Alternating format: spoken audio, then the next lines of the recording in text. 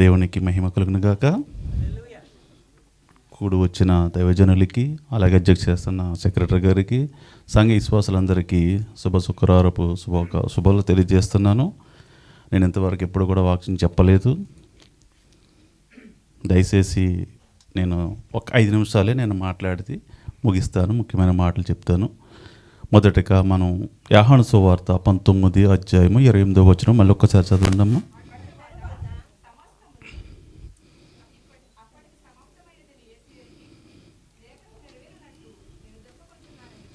లేఖనము నెరవేరినట్లు.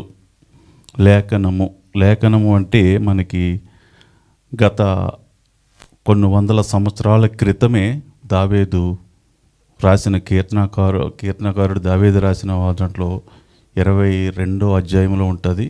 అలాగే 69, 19వ వచనంలో కూడా ఉంటుంది లేఖనాలు. ఎలాగంటే ప్రభువైన యేసుక్రీస్తు ఈ భూమి మీదకి వస్తారు. వచ్చి మన పాపాల కొరకు ఆయన కొరడాలతో దెబ్బలు తినటము, అనేక బాధలు పడవటము, మన పాపాల కోసము ఆయన ఎన్నో ఇబ్బందులు పడటము జరుగుతుంది. అలాగే కొన్ని ప్రవచనాలు కూడా ఉన్నాయి. ఆ ప్రవచనాలు కూడా ఆయన నెరవేర్చడం కూడా జరిగింది. ఒకటి, మరియ కన్యక ద్వారా ఆయన మరియ కన్యక గర్భము దాల్చి యేసు ప్రభు గారు పుట్టడం జరుగుతుంది. అదొక ప్రవచనము. రెండో ప్రవచనం ఏంటంటే అద్భుత బోధన ఆయన మనకి చూడటం జరిగింది. అలాగే సిలువలో శ్రమలు పలుకుట, ఇవన్నీ కొన్ని ప్రవచనాలు మన కొంతమంది ద్వారా మనకి తెలియజేయటం జరిగింది. అలాగే ఆయన మరణము కూడా ఈ ఒక ప్రవచనము అని మనకి మన పరిశుద్ధ గ్రంథంలో కొన్ని ప్రవచనాలు రాసి ఉన్నాయి. వాటి ద్వారా నెరవేర్చినందుకు ప్రభువైన యేసుక్రీస్తు ఆయన తండ్రి మాట విని ఈ ప్రవచనాన్ని నెరవేర్చకపోతే మనం చదువుకున్న పరిశుద్ధ గ్రంథం అంతా కూడా ఏమీ కాదు అన్నట్టుగా ఆయన నెరవేర్చి ఉన్నాడు.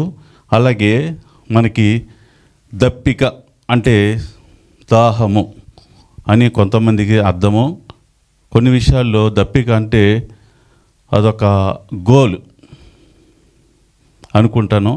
ఎందుకంటే చాలామంది కొన్ని దప్పిక కలిగి ఉంటారు.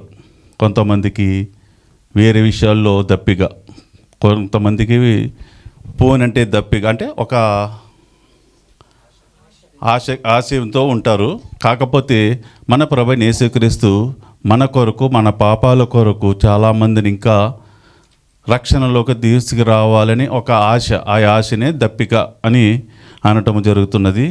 ఆ దప్పిక ఆయన ఎందుకంటే యోహాను సువార్త 4వ అధ్యాయంలో సమరయ స్త్రీ కోసం కూడా మాట్లాడతారు. ఆమె నాకు దాహము ఉన్నది అని చెప్పటం జరుగుతుంది. జరిగిన తర్వాత ఆమె ఏం చెప్తుంది అంటే, యేసుప్రభు గారు అంటారు, నీ దాహము నువ్విచ్చే నీళ్ళు ఎప్పటికీ దాహము తీరదు, అదే నేనిచ్చే నీరు జీవజలము, అంటే పరలోక రాజ్యంలో కూడా ఎప్పటికీ దాహం ఉండదని మన ప్రభువైన యేసుక్రీస్తు వారు యోహాను సువార్త 4వ అధ్యాయంలో చెప్పడం జరుగుతుంది. అంతేకాకుండా మనకి ప్రభువైన యేసుక్రీస్తు ఫరో సైన్యము నడుచుకుంటూ వచ్చినప్పుడు కొన్ని లక్షల మందికి దాహము వస్తుంది. అప్పుడు మోసేతో మాట్లాడి, నీ కర్రతో ఆ బండెన కొట్టు, అక్కడ నీళ్ళు వస్తాయి, ఆ నీళ్ళని కొన్ని లక్షల మందికి దాహం తీరుస్తుంది అని చెప్పటం కూడా జరుగుతుంది.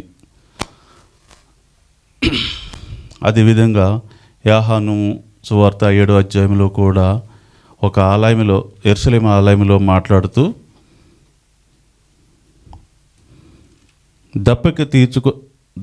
దప్పిక కొని వారులారా మీరు నా యొద్దకు రండి, నేను దప్పిక తీరుస్తాను అని యేసుక్రీస్తు వారు పలకటం జరుగుతుంది.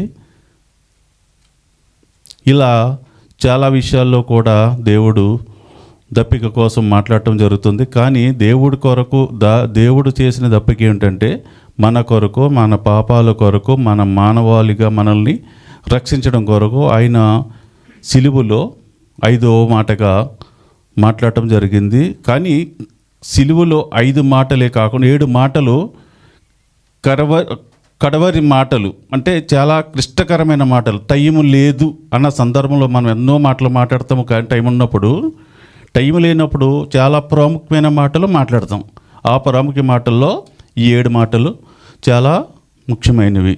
ఆ మాటలో 5వ మాట దప్పిక అంటే మన పాపాల కొరకు మీరు రక్షించబడతారని చెప్పేసి ఆయన ఎంతో ఆశపడి